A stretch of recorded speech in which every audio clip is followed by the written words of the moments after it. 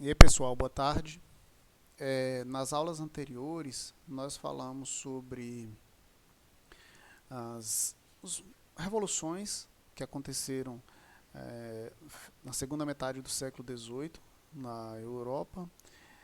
Falamos sobre a unificação de países como a Itália e a Alemanha, né, com base nas ideias de nacionalismo e liberalismo que surgiram após a Revolução Francesa e as guerras, né, as conquistas napoleônicas. Na aula de hoje nós vamos falar sobre a burguesia e o operariado nesse contexto. Né? Nós vamos falar que no século XIX as sociedades europeias elas sofreram mudanças consideráveis, né? E a industrialização ela acabou avançando em vários países da Europa Ocidental, né? E com o avanço da industrialização, a burguesia, né, que é a classe é, responsável por esse processo de industrialização, é claro, se torna a classe dominante. É, e isso se dá por vários fatores. Né? Primeiro, pelo fim dos regimes absolutistas, né, que acabaram estabelecendo governos liberais que acabaram por favorecer a burguesia. Também, junto com o estabelecimento desses governos liberais, nós tivemos a questão do direito de votar e de se candidatar a cargos públicos, que foi aos poucos, né, gradativamente sendo ampliado para todos os cidadãos do sexo masculino, que ainda não se falava em voto feminino. Né? E isso garantiu à burguesia as condições necessárias para interferir diretamente na política desses países, né? Desses países da Europa Ocidental, onde o processo de industrialização do Estado liberal ele foi avançando. O desenvolvimento industrial, que foi enriquecendo essa classe burguesa, por um lado, por outro lado, ela contribuiu, né, para a formação de uma classe de proletariado urbano, né, que era a classe dos trabalhadores que era a mão de obra dessas indústrias. E acabou também formando ali uma consciência de classe, né, que essas pessoas começaram a perceber da importância que elas tinham nesse processo e a importância de se unirem enquanto classe trabalhadora e não ficar lutando separadamente cada um por seus direitos. Nós vamos falar sobre isso nesta aula. Entre outros motivos para isso acontecer, foi porque as condições de vida desse grupo, né, dos trabalhadores, elas permaneceram precárias ao longo do século XIX, mesmo com o desenvolvimento da indústria, né, gerando grandes riquezas para os países. Essas pessoas que eram responsáveis por produzir essas riquezas, a vida delas praticamente não mudou. Né, elas continuaram vivendo em condições precárias. As fábricas eram lugares bem ruins de trabalhar, pouca iluminação, galpões baixos, pouco ventilado, né, e a carga horária imensa para trabalhar. Então, e também as casas onde essas pessoas viviam, elas ganhavam pouco, não podiam ter casas boas, viviam em habitações que eram pequenas, muitas vezes sem janela e sem ventilação. O esgoto dessas casas, eles corriam por meio da rua e misturavam o lixo das casas. As cidades, nesse momento, nas regiões onde viviam esses trabalhadores, eram muito difíceis. Eram cidades que não era agradável de estar ali. Então, as péssimas condições de higiene que viviam essas pessoas acabavam causando, né, doenças e transformavam, às vezes, em grandes epidemias.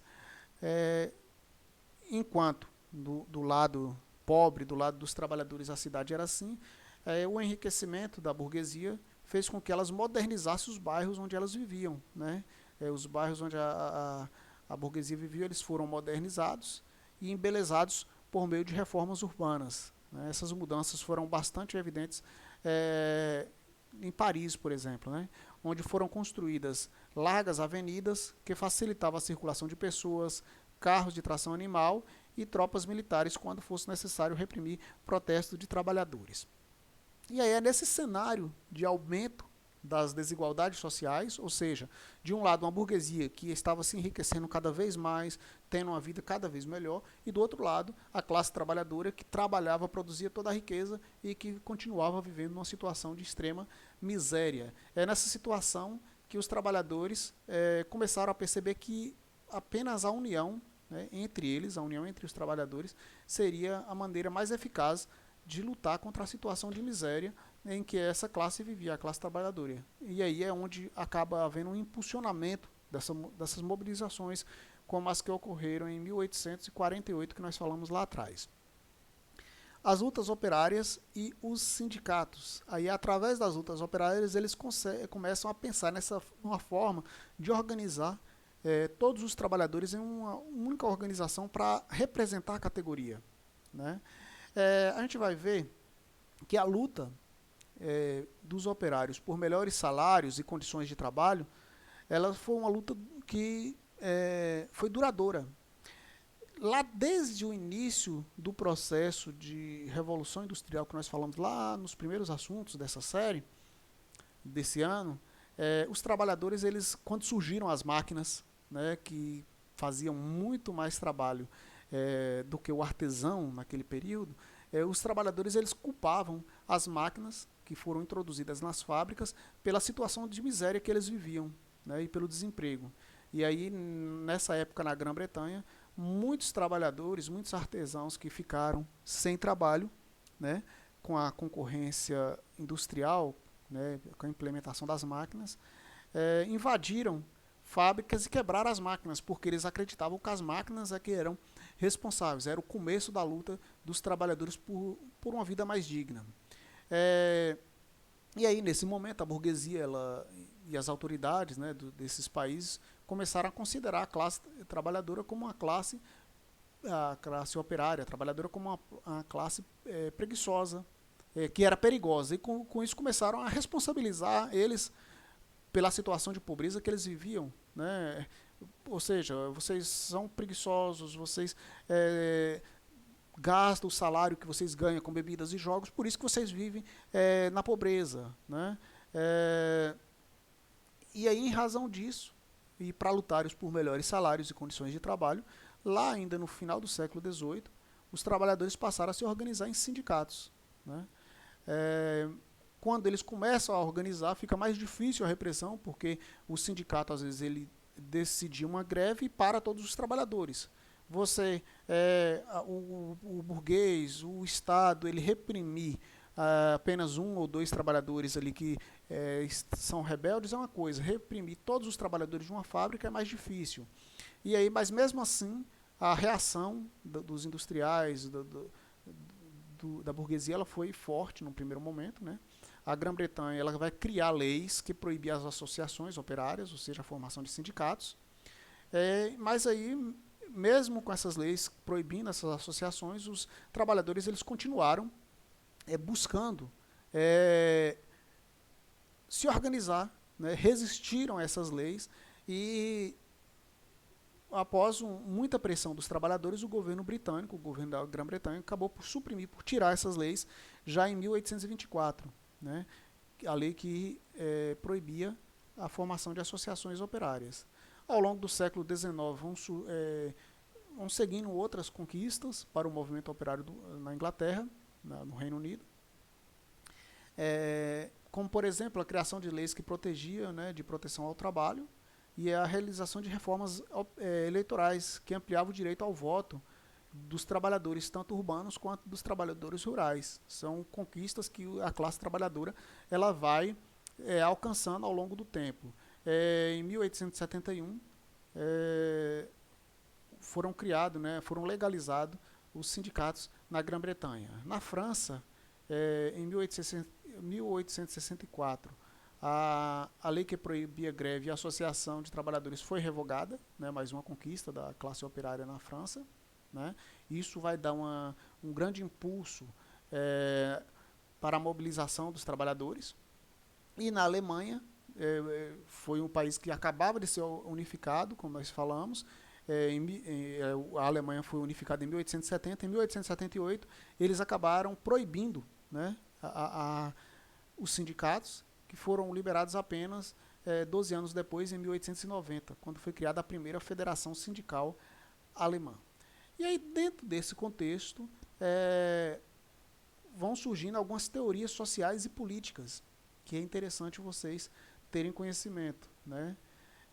Com o tempo, as lutas de movimento operário que buscavam melhores condições de vida, eles começaram a reivindicar também, além de melhores condições de vida, eles começaram a incorporar outros objetivos. E muitos desses objetivos eram objetivos políticos e críticas ao sistema capitalista. Eles começaram a perceber que, apesar de toda a luta deles por formação sindical, de reivindicação de melhores condições de vida, não eram ouvidos de forma que solucionasse os seus problemas. Muitas das vezes faziam uma greve reivindicando uma série de coisas, o burguês aceitava as reivindicações para eles voltarem a trabalhar. Quando eles voltavam a trabalhar, eles não cumpriam o acordo. E aí é quando e os burgueses sempre tinham apoio do Estado, né, da organização política do Estado, que é um Estado capitalista burguês.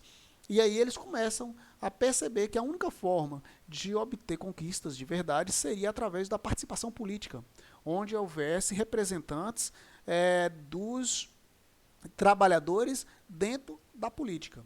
E aí alguns intelectuais, eles interessados em compreender e explicar e a propor soluções para a pobreza e a desigualdade social, eles começaram a estudar o funcionamento do capitalismo e de suas contradições, como é que funciona esse sistema. E aí, com base na análise, foram sendo elaboradas diversas teorias que acabaram por influenciar o movimento operário, né, que foram as teorias socialistas e as teorias anarquistas. Nós vamos falar aqui sobre o socialismo. A palavra socialismo ela refere a um conjunto de ideias que acabava propondo, entre outros aspectos, a distribuição mais justa da riqueza e a melhoria das condições de vida dos trabalhadores, né? Que o ideal de uma sociedade mais justa, ela existe desde a antiguidade, mas somente no século XIX esse ideal se organizou em forma de uma teoria política, né? A ideia de uma sociedade mais justa, de uma distribuição de riqueza dessa sociedade mais igual entre as pessoas, acabou surgindo alguns pensadores que nós vamos ver aqui mais para frente, como por exemplo o Claude Saint-Simon, que era um francês. Ele pensou uma sociedade onde não houvesse militares, nem líderes religiosos e nem nobres, e dividiu essa sociedade em três camadas: a dos sábios, a dos proprietários e a dos que possuíssem bens, né? O governo ficaria na mão de um grupo de artistas e sábios que seriam mais sensíveis às dificuldades da população mais pobre. Um outro pensador foi o Robert Owen. Ele era um proprietário de indústrias têxteis na Escócia e ele implantou lá algumas reformas sociais, né, com a redução de jornada de trabalho e a criação de creches e escolas para os filhos operários. Ou seja, é um cara que pensou a ideia, tinha dinheiro e tentou colocar essa ideia dele em prática. Na época não deu muito certo, porque aí ele ia ter menos lucro do que os concorrentes dele, que continuou explorando os trabalhadores. Ele construiu, em 1825, nos Estados Unidos, uma comunidade cooperativa em que todos trabalhavam e dividiam os lucros entre si. Outro foi Charles Fourier, era um teórico francês também, que propôs a criação de entidades chamadas de falancérios, que seriam comunidades autônomas e autossuficientes, que produziam o que era necessário para elas, regida pelo trabalho comunitário e pela partilha dos bens. Toda a riqueza produzida nessas sociedades seriam distribuídas entre os seus habitantes. E aí todos os indivíduos deveriam desenvolver suas habilidades para artes e assim viver em harmonia. E aí é que surge uma nova corrente de socialista, porque todos esses que eu falei, esses três, eram pessoas que pensavam a sociedade, colocavam essas ideias ali no papel, mas da sociedade que fosse ideal, com exceção do Owen, que tentou implementar nas próprias fábricas dele, não tinha uma ideia de como transformar a sociedade em que viviam. E aí por isso é que eles ficaram conhecidos como socialistas utópicos, ou seja, aquelas pessoas que pensam muito na sociedade do sonho, mas que não dá caminhos para levar isso para a prática. E aí que surgem dois caras, o Karl Marx e o Friedrich Engels, né, que vão tentar elaborar uma proposta de colocar, de transformar a sociedade capitalista numa sociedade mais justa. E aí nós vamos falar sobre isso, né? Então, os primeiros socialistas do século XIX, os utópicos, eles acreditavam ser possível promover a melhorias de vida do operariado por meio da cooperação e da solidariedade entre patrões e empregados, que é o que, por exemplo, fez o Owen, né? O patrão concedeu uma série de benefícios para os trabalhadores. Apesar de reconhecer a importância deles para o amadurecimento das ideias socialistas, tanto Marx como Engels, eles viam essas propostas desses pensadores como uma utopia, um sonho e uma forma de amenizar os efeitos nocivos do capitalismo, né, da desigualdade. Era uma forma de amenizar a miséria, mas não uma forma de superar, de acabar com a miséria que as pessoas viviam e as desigualdades sociais. E aí eles vão para o outro caminho, e aí eles começam a partir para estudar as relações de trabalho no mundo industrial e suas consequências para elaborar uma teoria que permitisse compreender o sistema capitalista e apontar um caminho para a sua superação. Ou seja, eles queriam chegar numa ideia que eles compreendessem como funcionava o capitalismo e como eles iam implementar mudanças para acabar com as desigualdades existentes dentro dessa sociedade. Foi assim que eles ou seja, eles foram além da crítica à sociedade industrial. Eles analisaram a fundo os mecanismos do capitalismo, investigaram a sua fonte de lucro, né, do capitalismo e qual o papel que a burguesia tinha dentro dessa sociedade. E aí essa análise crítica e racional do capitalismo, que foi elaborada por eles, recebeu o nome de socialismo científico, né? Porque é uma análise bem criteriosa e uma análise científica que eles fizeram sobre a sociedade capitalista, que também ficou conhecido como essa análise científica de socialismo científico, ficou marxismo. Uma das bases da teoria marxista é a ideia de que o motor da sociedade, da história da humanidade, é a luta de classes, né? Ou seja, um conflito entre as classes com interesses opostos.